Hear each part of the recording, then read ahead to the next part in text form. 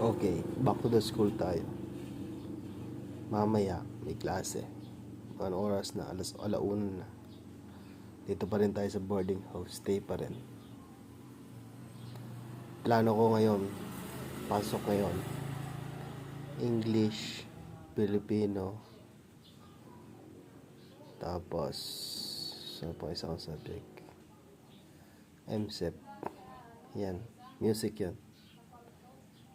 Pagsasabay-sabayin ko na lang kaya. Basta mamaya atid na lang ako. Pero wait lang ng konti. Kasi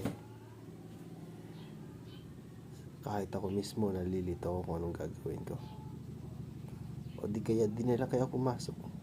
Stay na lang muna dito sa rooms. No? Okay ba yan?